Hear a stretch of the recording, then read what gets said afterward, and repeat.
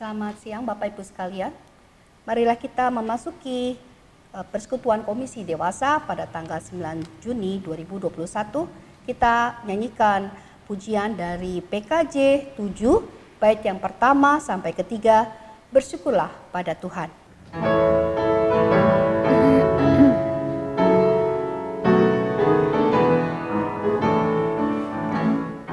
Bersyukurlah pada Tuhan, serukanlah namanya, bernyanyilah bagi Tuhan, mari bermazmurlah. Pujilah Tuhan hai jiwaku, pujilah namanya. Aku hendak bernyanyi seumur hidupku. Hatiku siap ya Tuhan, bernyanyi dan bermazmur, karena Engkau maha baik, setia dan benar. Pujilah Tuhan hai jiwaku, pujilah namanya. Aku hendak bernyanyi seumur hidupku.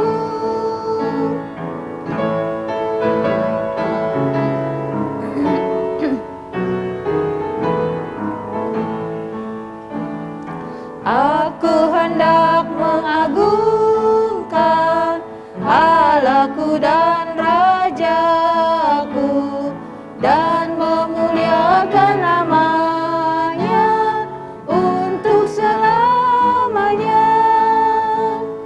Pujilah Tuhan hai jiwaku, pujilah namanya. Aku hendak bernyanyi seumur hidupku.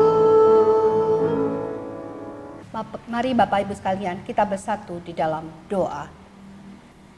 Bapa di sorga, kami bersyukur ya Tuhan, kami pada saat ini kembali ya Tuhan, bersama-sama berkumpul, walaupun kami dengan jarak jauh, tapi ya kami dalam satu hati di dalam Tuhan, dalam ibadah Komisi Dewasa.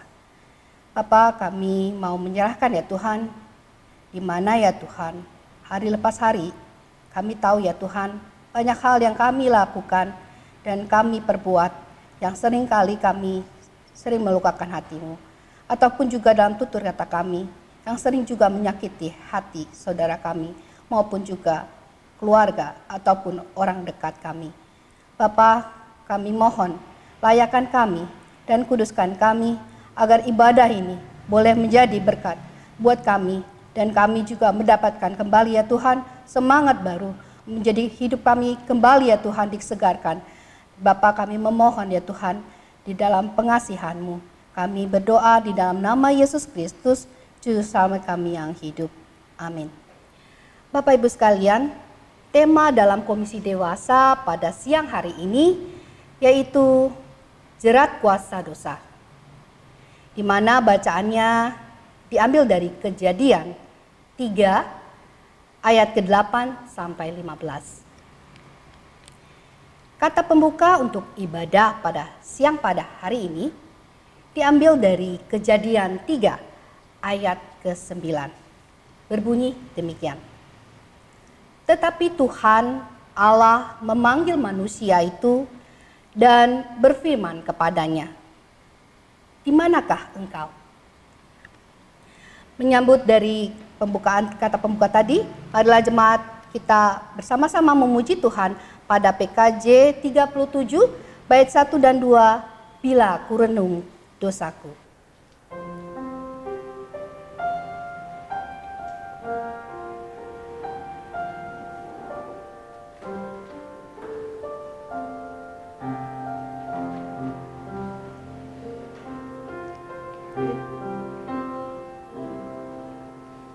Bila ku renung dosaku padamu Tuhan,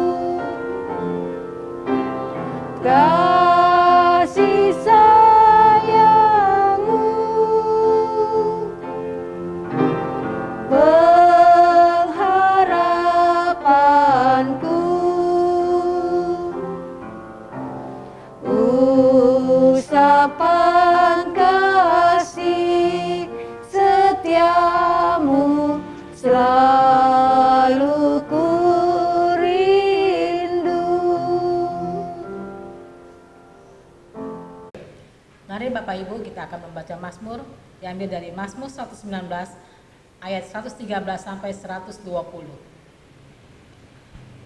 Orang yang bimbang hatiku benci, tetapi Tauratmu kucintai. Engkaulah persembunyianku dan perisaiku. Aku berharap kepada firman-Mu. Menjauhlah daripadaku, hai penjahat-penjahat. Aku hendak memegang perintah-perintah Allahku. Topanglah aku sesuai dengan janji-Mu, supaya aku hidup. Dan janganlah membuat aku malu dalam pengharapanku. Sokonglah aku, supaya aku selamat. Aku hendak bersukacita dalam ketetapan-ketetapan-Mu senantiasa. Engkau menolak semua orang yang sesat dari ketetapan-ketetapan-Mu, sebab sia-sia tipu muslihat mereka. Sebagai sanga kau anggap semua orang fasik di bumi, sebab itu aku mencintai peringatan-peringatan-Mu. Badanku gemetar karena ketakutan terhadap Engkau. Aku takut kepada penghukuman-Mu. Sebelum kita mendengarkan firman Tuhan, mari kita angkat pujian dari NKB 23 bait 1, 2, dan 4 di dalam kasih yang teguh.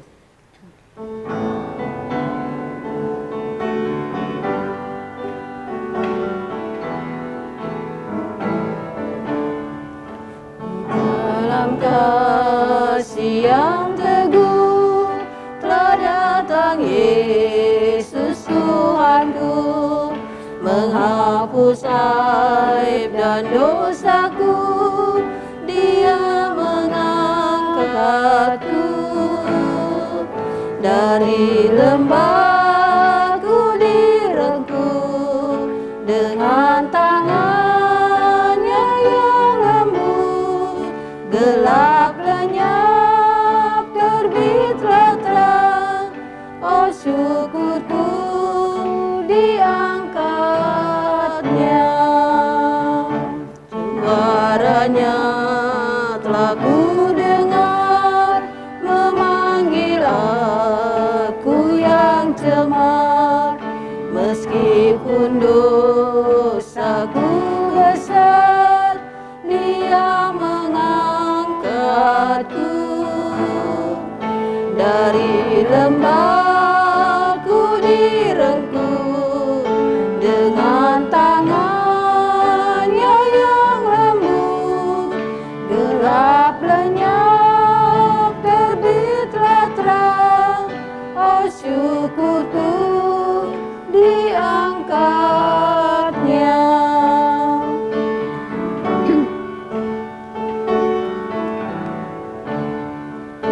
Semakin tinggi ku tempuh, semakin damai hatiku. Sebab kasih-Nya yang penuh, Dia mengangkatku dari lembahku, direngkuh dengan tangannya yang lembut. Gelap lenyap, terbitlah terang. Oh syukurku diangkatnya.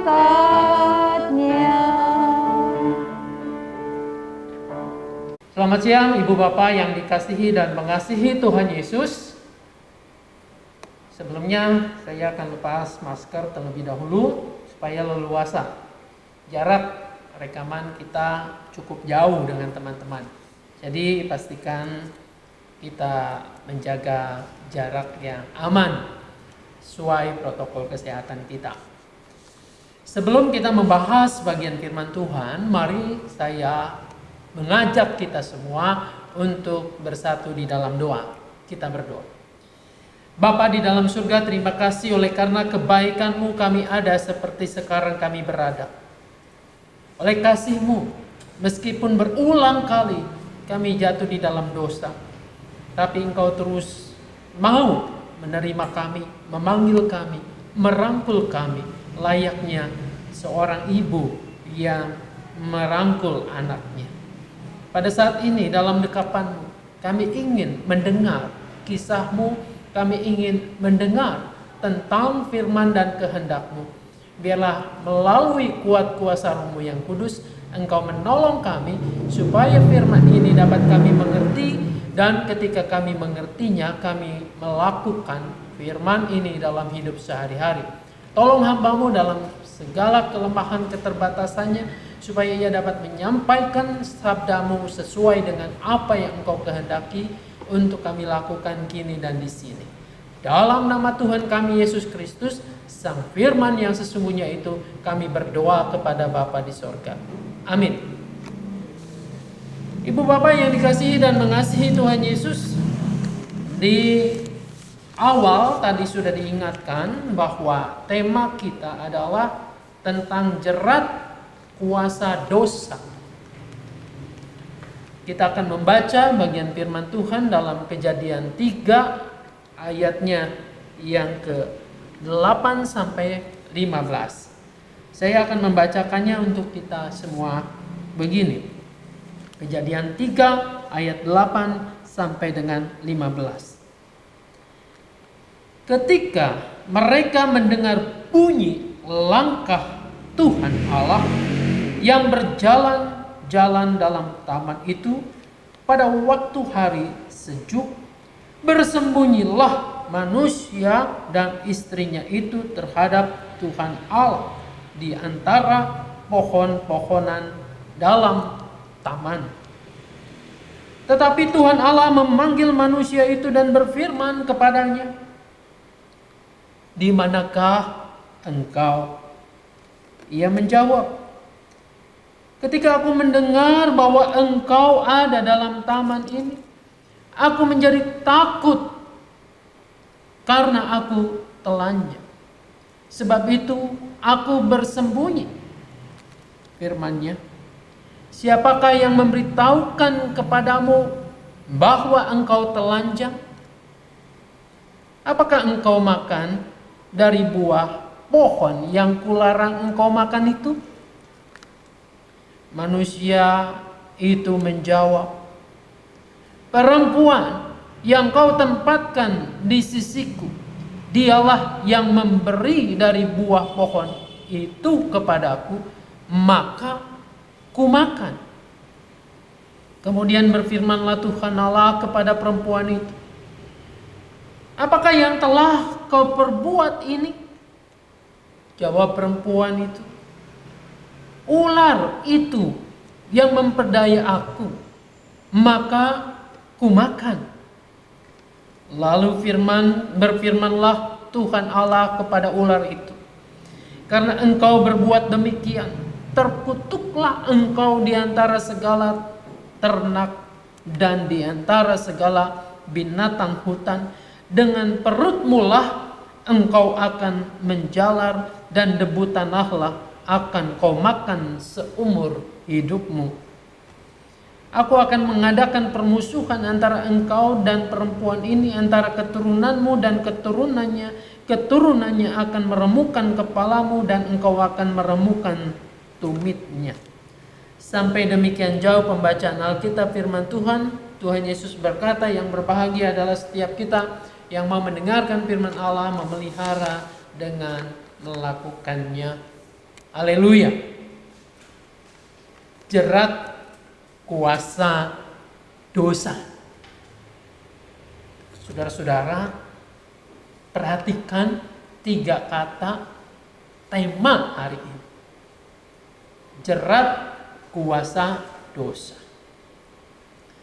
Jerat adalah sebuah perangkap. Biasanya dalam jerat, dalam perangkap itu ada semacam umpan. Kalau seseorang zaman dulu begitu, kehidupannya menjadi pemburu di hutan, maka selain senjata, mereka akan menggunakan beberapa alat atau perangkap. Demikian pula orang yang mencari burung. Kalau ini sebenarnya nggak boleh. Pemburu pun juga sama. Saya mengisahkan ini dari apa yang terjadi begitu. Menangkap burung dipakai semacam jerat umpan. Biasanya burung betina dipakai umpan. Lalu yang jantan akan mendekat, datang, masuk perangkapnya, dan disitulah kemudian tidak berkutik lagi sehingga orang itu bisa mengambilnya. Nah, saudara-saudara, dalam kehidupan nelayan juga sama. Ada banyak dipakai untuk menangkap ikan. Melalui umpan, pancing, melalui semacam jaring begitu ya. Dipasang lalu kemudian ikan-ikan akan masuk karena mengejar umpan itu. Nah, ketika sudah masuk tak berdaya, ditangkap lalu kemudian dibawa pulang, digoreng, dimakan dan seterusnya. Itulah perangkap, jerat. Lalu kemudian kuasa iblis. Saudara-saudara, jangan bermain-main dengan iblis. Iblis itu sangat tahu firman Tuhan. Ia mempergunakan ayat-ayat firman Tuhan ketika membujuk rayu Hawa. Saudara-saudara, tentu firman Tuhan yang dimainkan ini dikurangi, ditambahkan dan seterusnya. Lalu kemudian kalau kita perhatikan dengan seksama, Hawa juga sama. Menggunakan firman Tuhan untuk menjawab, tetapi jawabannya seringkali tidak utuh. Bayangkan iblis mengatakan, bukankah semua pohon di taman ini tidak boleh dimakan? Saudara-saudara, tidak boleh dimakan buahnya, maksudnya begitu. Padahal kan hanya satu pohon yang di tengah-tengah itu. Lalu Hawa menjawabnya, oh tidak begitu. Semua pohon boleh dimakan kecuali yang di tengah itu, merabaknya pun kami nggak boleh. Tuhan tidak mengatakan begitu, hanya jangan dimakan. Yang satu menggunakan firman Tuhan dilebih-lebihkan, lebay begitu ya. Lalu kemudian Hawa juga menjawab pakai firman Tuhan, ditambah-tambahin juga, lebay juga. Nah, saudara-saudara, perangkap-perangkap ini tidak disadari oleh manusia, oleh Hawa pada saat itu. Nah, ketika terjadi maka mereka, Adam dan Hawa ini masuk dalam perangkap kuasa iblis ini. Jadi iblis itu punya strategi, punya cara yang sedemikian rupa, tidak segan-segan mereka atau iblis itu menggunakan firman Tuhan untuk masuk dalam jebakannya. Hati-hati Bapak Ibu sekalian. Ada banyak orang juga menggunakan perangkap ini dalam kehidupan kita. Pakai firman Tuhan. Oh, gak apa-apa pergi ke orang pintar sana. Orang pintar sana pakai firman Tuhan juga kok. Pakai ayat-ayat Alkitab juga. Mereka mendoakan, lalu kemudian ayat firman Tuhan dibacakan, lalu diberikan air minum, dan kemudian disitulah ia mengatakan bisa menawar atau menyembuhkan sakit penyakit ini. Tidak apa-apa datang ke penasihat ini, penasihat itu untuk bisnis kami. Saudara-saudara, karena mereka yang ditanya itu adalah juga menggunakan firman Tuhan. Nah, saudara-saudara, kita harus jeli. Apakah betul firman Tuhan itu dipakai secara benar atau tidak? Kalau tidak, kita harus mengkoreksi. Berani untuk menyatakan tidak. Nah, saudara-saudara, ketika Hawa makan buah itu, memberikannya kepada suaminya, kepada Adam, mereka sudah masuk ke dalam perangkap dosa ini. Lalu ketika mereka telah berdosa, apa yang dilakukan mereka? Saudara-saudara, bacaan yang tadi kita cermati, kita baca, ini menarik. Ketika mereka mendengar langkah Tuhan, lalu orang mengatakan, emang Tuhan punya kaki ya? Kalau mendengar langkah Tuhan berarti kakinya besar banget kayak raksasa begitu. Saudara-saudara, ini sebetulnya adalah bahasa personifikasi manusia. Jadi penulis Alkitab ini membayangkan, membahasakan, andai Tuhan menjadi manusia, seperti manusia, maka ia akan punya kaki, langkahnya terdengar, lalu kemudian seperti manusia seolah-olah mencari Adam, mencari Hawa, mencari manusia itu. Jelas Allah Maha Tahu. Jelas Allah mengerti, tahu di mana saat itu Adam dan Hawa berada. Tapi ini membahasakan seperti manusia.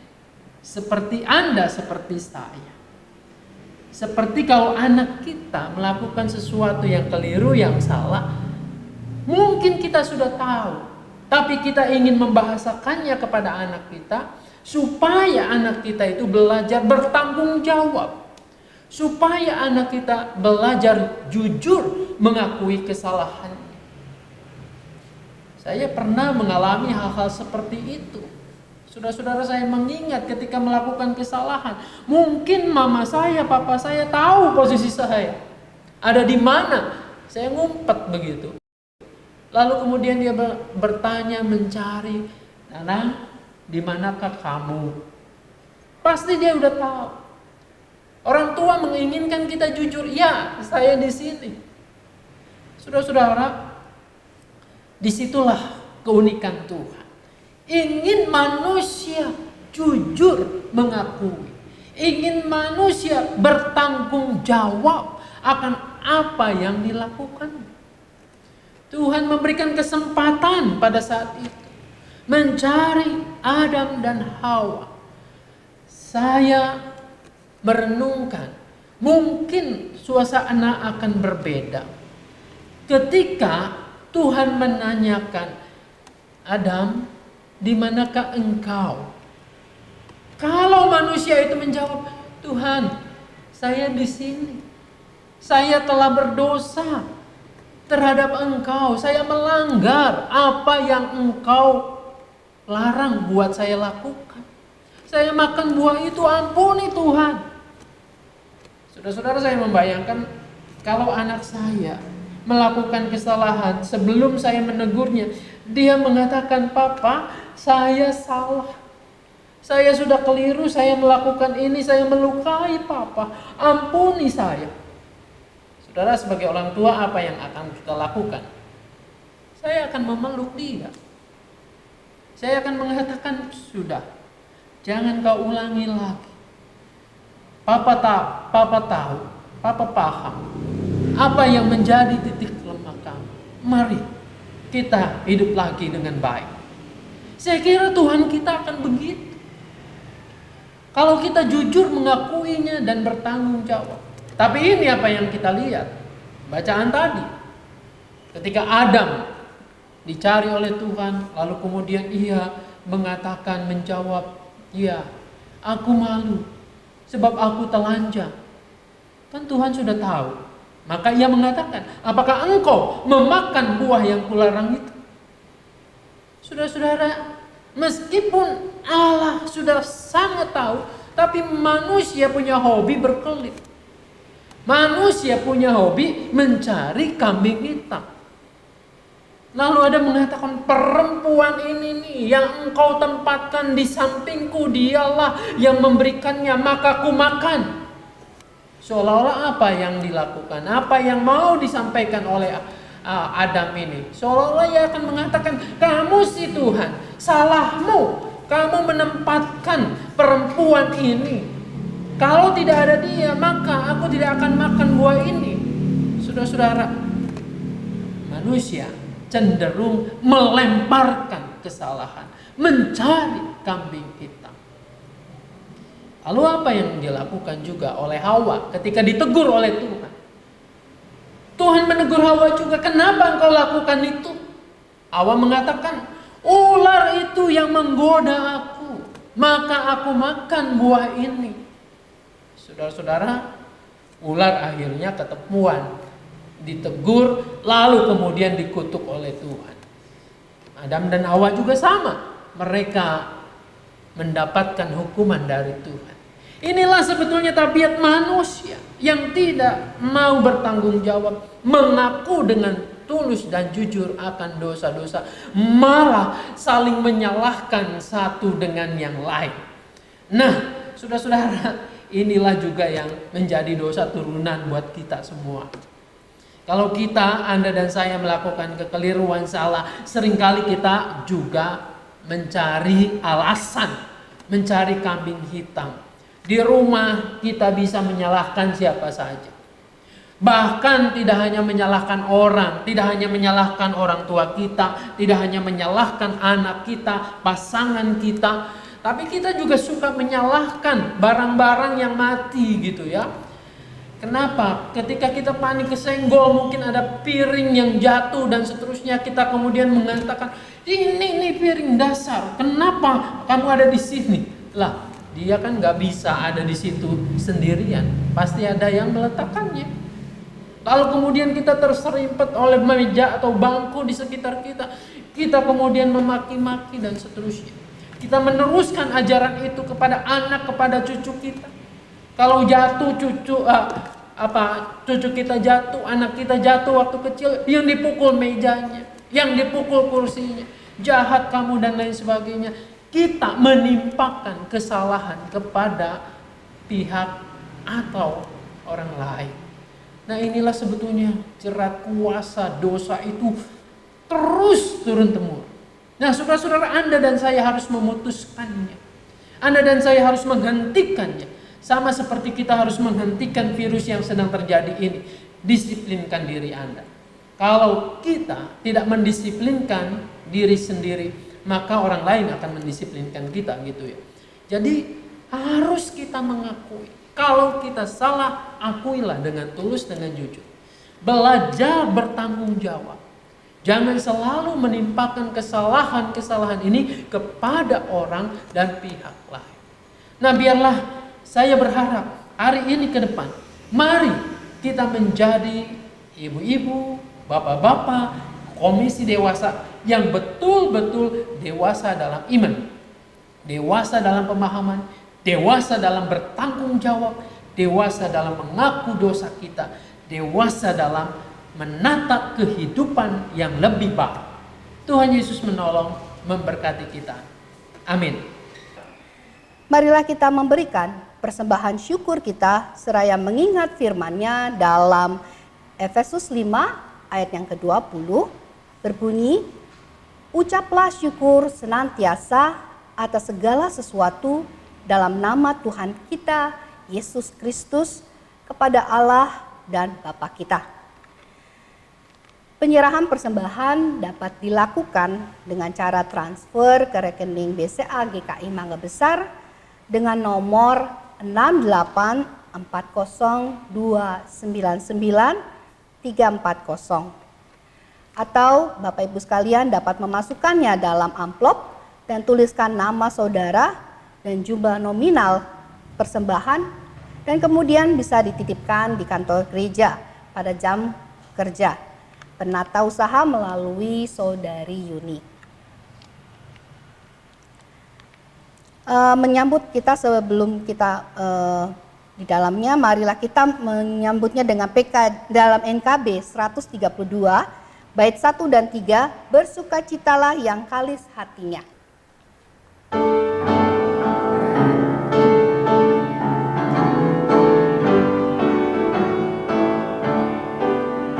Bersukacitalah yang halis hatinya, dan salib Kristus Rajamu terus anjungkanlah.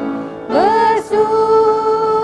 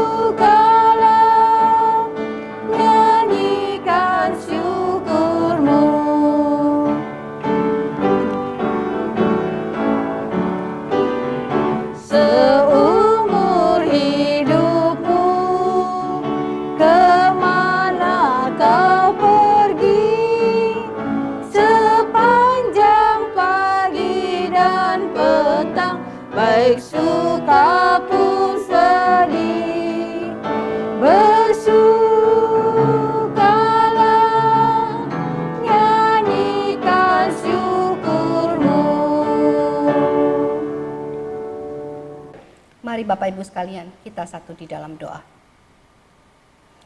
Bapa di surga, kami mengucap syukur ya Bapa, karena berkat yang selalu berlimpah kepada kami, baik kesehatan dalam keluarga, dan juga ya Tuhan, apa yang Kau berkati di dalam pekerjaan dan juga keluarga.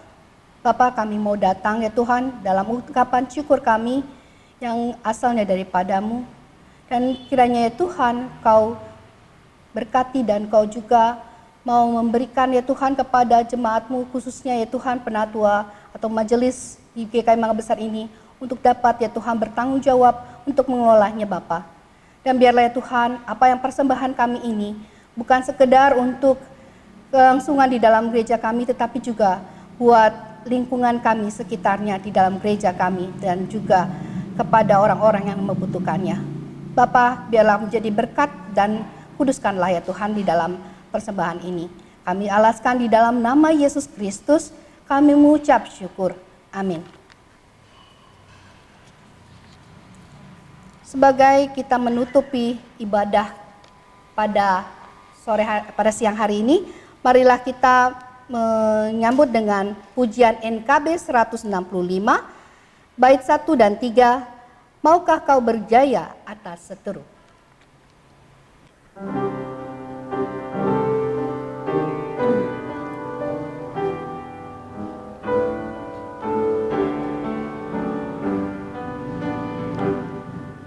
Maukah kau berjaya atas seteru, atas pencobaan dalam hidupmu, dan melawan dosa yang menggodamu. Tinggal dalam Yesus yang menjagamu. Tinggal dalam Yesus walau jalan gelap. Biarlah bersama dengannya tetap di setiap waktu. Janganlah jemu. Tinggal dalam Yesus yang menjagamu. Maukah kau menjadi penerus berkat dan kasih sempurna kau pegang erat. Biarlah Roh Kudus pimpin dalam Yesus. Tinggal dalam Yesus yang menjagamu. Tinggal dalam Yesus walau jalan gelap. Biar kau bersama dengannya tetap di setiap waktu. Janganlah jemu. Tinggal dalam Yesus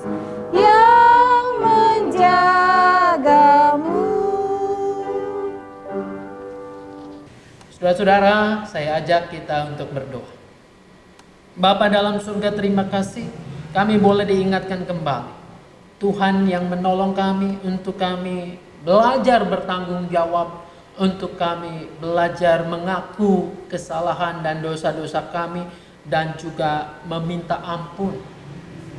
Bapa, ini tidak mudah, tetapi kami percaya Tuhan menyertainya.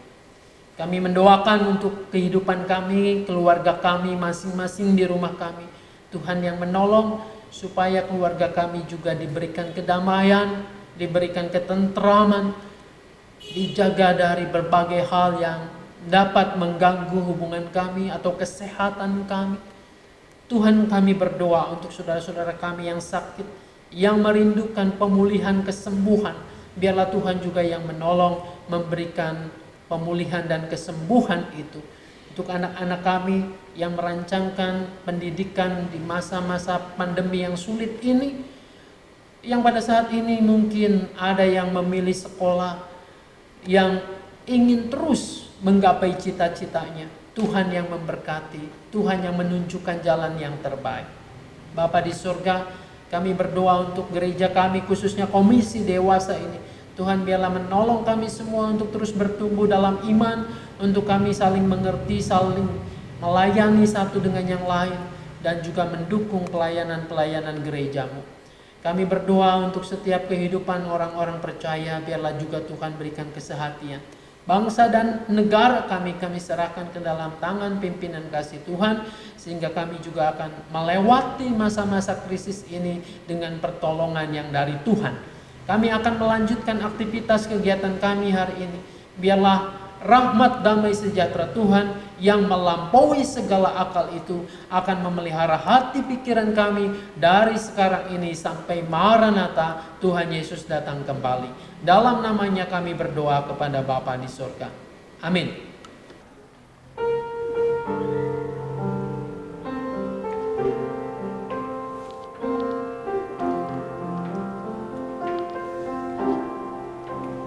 Kasih Tuhan mengiringimu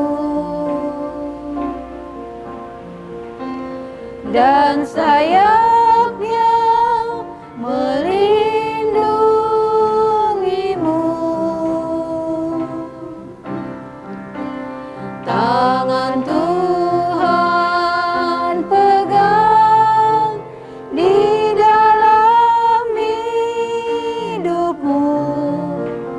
Majulah dalam terang kasih-Nya. Kasih Tuhan mengiringiku dan sayapnya melindungiku. Tangan Tuhan pegang di dalam hidupku. Majulah dalam terang kasih-Nya.